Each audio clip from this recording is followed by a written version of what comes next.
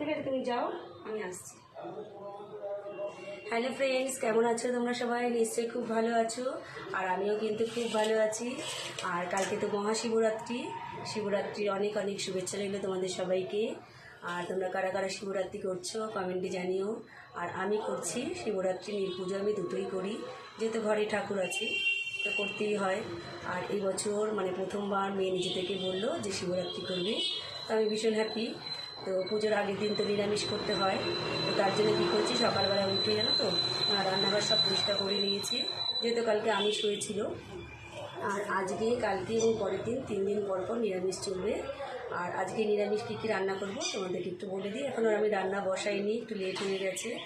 আর আজকে নিরামিষ রান্না হবে এই যে ঢ্যাঁড়স আর আলু পোস্ত হবে, আর তার সাথে মটর ডাল করব শিম দিয়ে, আর আলু ভাজা আর ডালের বড়া।